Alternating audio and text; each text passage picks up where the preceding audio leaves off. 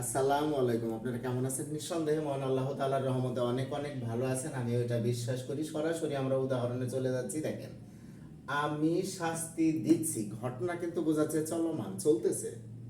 আমি শাস্তি দিচ্ছি, আই এম পানিশিং। চলমান বোঝাইলে ভার্বের সাথে আইএনজি যোগ হয়। হ্যাঁ, এই রুলসগুলো আমার সাইডে লেখা আছে, আমি একটু পরে আলোচনা করব। সরাসরি দেখেন, আমি শাস্তি দিচ্ছি, আই এম পানিশিং। আমাকে শাস্তি দেওয়া হয়, আই এম পানিশড। এইখানে দেখেন, এম পানিশিং এবং এম পানিশড এই দুইটার মধ্যে তফাৎ কি আমরা এটা নির্বাচন করব বা নির্ধারণ করব আজকে। আমরা শাস্তি দিচ্ছি, উই আর পানিশিং। আমাদেরকে শাস্তি দেওয়া হয়, উই আর পানিশড। সে শাস্তি দিচ্ছে, হি ইজ পানিশিং। তাকে শাস্তি দেওয়া হয়, হি ইজ পানিশড। তারা শাস্তি দিচ্ছে, ঘটনাটা কিন্তু চলমান, দে আর পানিশিং। তাদেরকে শাস্তি দেওয়া হয়, দে আর পানিশড। কাজল শাস্তি দিচ্ছে, কাজল ইজ পানিশিং। কাজলকে শাস্তি দেওয়া হয়, কাজল ইজ পানিশড। একটু খেয়াল করেন, এই ক্ষেত্রে আমি কিন্তু ব্যাপারগুলো পরিষ্কার করে লিখে দিয়েছি। বি ভার্বের পরে অন্য কোনো ভার্ব বসলে হয় ওই ভার্বের সাথে আইএনজি যোগ হয়, অথবা ওই ভার্বের পাস্ট পার্টিসিপল ফর্ম হয়। দুইটা ফরম্যাট কিন্তু এখানে হয় মূলত। বি ভার্ব বলতে আমরা বুঝি am, is, are, was, were, be, been, been, এগুলোই কিন্তু আমাদের বি ভার্ব। বি ভার্বের পরে যদি অন্য কোনো ভার্ব ব্যবহৃত হয় তাহলে হয় ওই ভার্বের সাথে আইএনজি যোগ হয়, অথবা ওই ভার্বের পাস্ট পার্টিসিপল ফর্ম হয়। কখন কোনটা হয় সেটাই কিন্তু আমরা আজকে পরিষ্কারভাবে জানার চেষ্টা করব। এছাড়া দেখেন, আইএনজি যোগ হলে বি ভার্বের পরের অর্থের বিলুপ্তি ঘটে। তার মানে আইএনজি যোগ হলে বি ভার্বটার কিন্তু অর্থ থাকে না। একটু খেয়াল করেন, আমি এখানে যেটা আলোচনা করেছি, আমি শাস্তি দিচ্ছি, আই অ্যাম পানিশিং, আমি হই শাস্তি দিচ্ছি, এমন কিন্তু অর্থ বোঝাচ্ছে না। তার মানে যখনই আমরা বি ভার্বের পরে অন্য একটা ভার্বের সাথে আইএনজি যোগ করব, তখন ওই বি ভার্ব অ্যাম ইজ আর এর অর্থ থাকবে না। সাধারণত এই অর্থটার বিলুপ্তি ঘটে এবং ওই অর্থটার রূপান্তরে পরবর্তী ভার্বটার সাথে এই অর্থের সমাপ্তি ঘটে। তো আমি শাস্তি দিচ্ছি, আই অ্যাম পানিশিং, এখানে কিন্তু অ্যাম অর্থ প্রকাশ করছে না। ও আবার দেখেন, কিন্তু বি ভার্বের পরে যদি ভার্বের পাস্ট পার্টিসিপল ফর্ম বসে, be be verb plus PP of verb হলে বি ভার্ব সমূহ অর্থ প্রদান করে।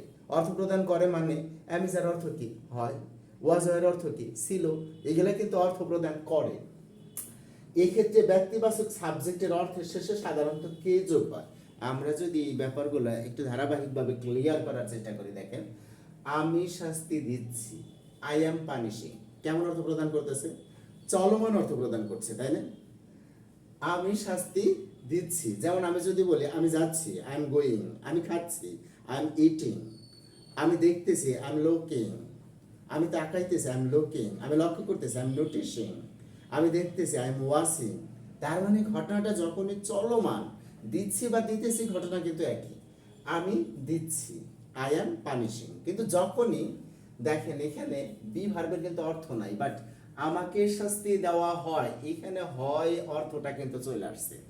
যখনই আমাদের বি ভার্বের অর্থ আসবে, তখনই আমি যদি ওই ভার্বের পরে কোনো ভার্ব বসাই, অবশ্যই অবশ্যই ওই ভার্বের কি হবে? পাস্ট পার্টিসিপল ফর্ম হবে, কোনো সন্দেহ নাই। তাই দেখেন, আমাকে শাস্তি দেওয়া হয়। এবং আরেকটা কথা ছিল এখানে, যখনই আমরা বি ভার্বের পরে ভার্বের পাস্ট পার্টিসিপল ফর্ম বসাবো, তখন আমাদের সাবজেক্টের অর্থের সাথে সাধারণত ব্যক্তিবাচক সাবজেক্টের অর্থের শেষে কি যোগ হয়? কে যোগ হয়। যেমন আমি জানি আই শব্দের অর্থ আমি, কিন্তু এই ক্ষেত্রে ব্যবহৃত হয়েছে আমাকে।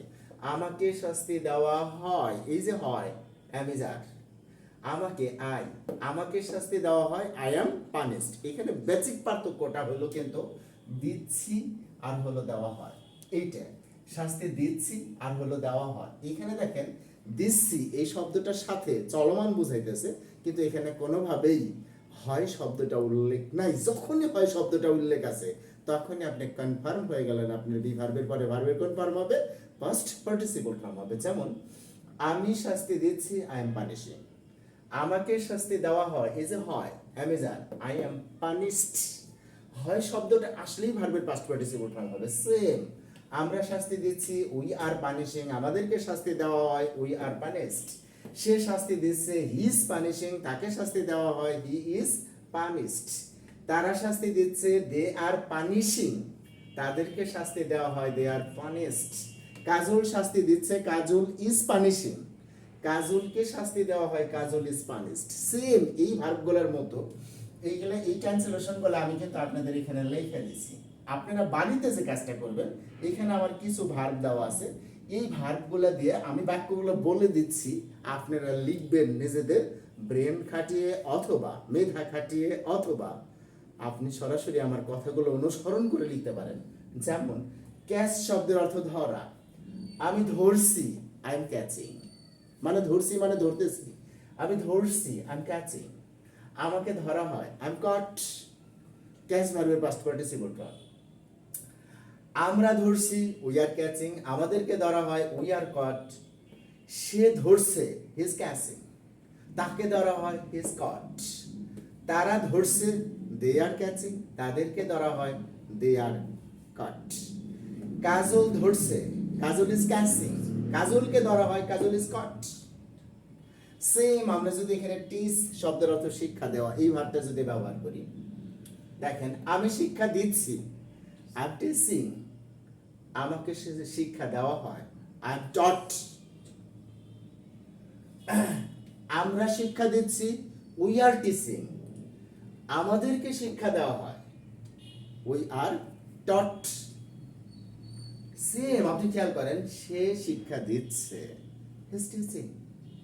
তাকে শিক্ষা দেওয়া হয়, হি ইজ টট। তারা শিক্ষা দিচ্ছে, দে আর টিচিং। তাদেরকে শিক্ষা দেওয়া হয়, দে আর টট। কাজল শিক্ষা দিচ্ছে, Kajal is teaching. Kajal is a teacher. Kajal শিক্ষা দিচ্ছে, কাজল ইজ টিচিং। কাজলকে শিক্ষা দেওয়া হয়, Kajal is taught because Kajal is a student. Same gift শব্দের অর্থ কি? দেওয়া।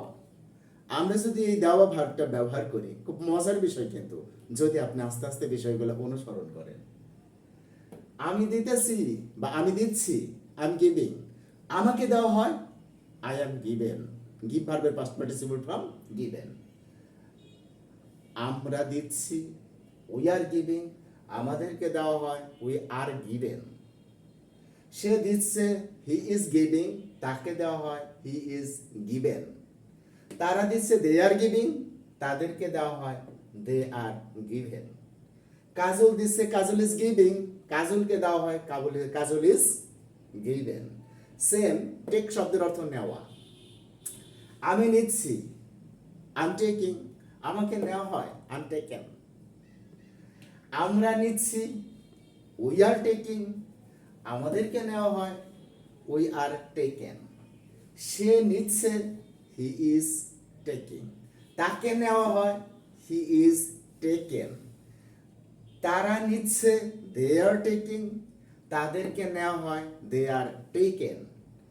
কাজল নিচ্ছে, কাজল ইজ টেকিং। কাজলকে নেওয়া হয়, কাজল ইজ টেকেন। শো শব্দের অর্থ প্রদর্শন করা বা দেখানো। আমি দেখাইতেছি, আই এম শোয়িং। আমি দেখাইতেছি, আই এম শোয়িং। আমাকে দেখানো হয়, আই এম শোড।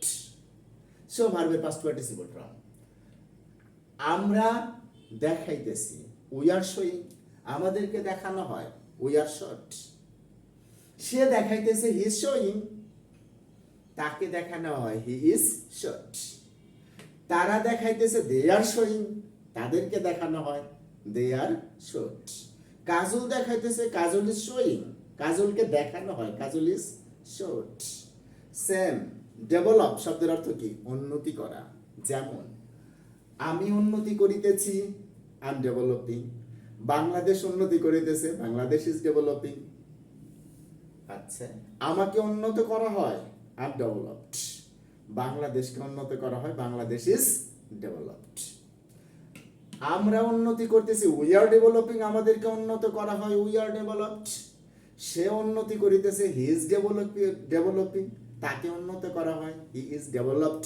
তারা উন্নতি করিতেছে, দে আর ডেভেলপিং। তাদেরকে উন্নত করা হয়, দে আর ডেভেলপড। কাজল উন্নতি করতেছে, কাজল ইজ ডেভেলপিং। কাজলকে উন্নত করা হয়, কাজল ইজ ডেভেলপড। একদম লাস্ট ভার্ব ম্যানেজ শব্দের অর্থ কি? ম্যানেজ করা নাকি? আমি ম্যানেজ করতেছি, আই এম ম্যানেজিং। আমাকে ম্যানেজ করা হয়, আই এম ম্যানেজড। আমরা ম্যানেজ করতেছি, উই আর ম্যানেজিং। আমাদেরকে ম্যানেজ করা হয়, we are managed. Say manage করতেছে, হি ইজ ম্যানেজিং। তাকে ম্যানেজ করা হয়, হি ইজ ম্যানেজড। তারা ম্যানেজ করতেছে, দে আর ম্যানেজিং। তাদেরকে ম্যানেজ করা হয়, দে আর ম্যানেজড। কাজল ম্যানেজ করতেছে, কাজল ইজ ম্যানেজিং। কাজলকে ম্যানেজ করা হয়, Kajal is managed. I think everybody is clear how to use be verbs. be ভার্বের পরে আমরা ভার্বের যে দুইটা প্রধান রূপ ব্যবহার করি, একটা হলো ভার্বের সাথে অন্য একটা ভার্বের সাথে আইএনজি যোগ করি, এবং আরেকটা আমরা ব্যবহার করি পিপি অফ ভার্ব, মানে ভার্বের পাস্ট পার্টিসিপল ফর্ম। কেন ব্যবহার করি, কি কারণে ব্যবহার করি, আমরা মনে হয় ব্যাপারটা বুঝতে পেরেছি। ইনশাল্লাহ আমরা আরো বুঝবো, আমাদের ক্লাসগুলো কন্টিনিউ চালিয়ে যাব। আপনারা সবাই ভালো থাকবেন, সুস্থ থাকবেন, আজ এই পর্যন্তই। খোদা হাফেজ।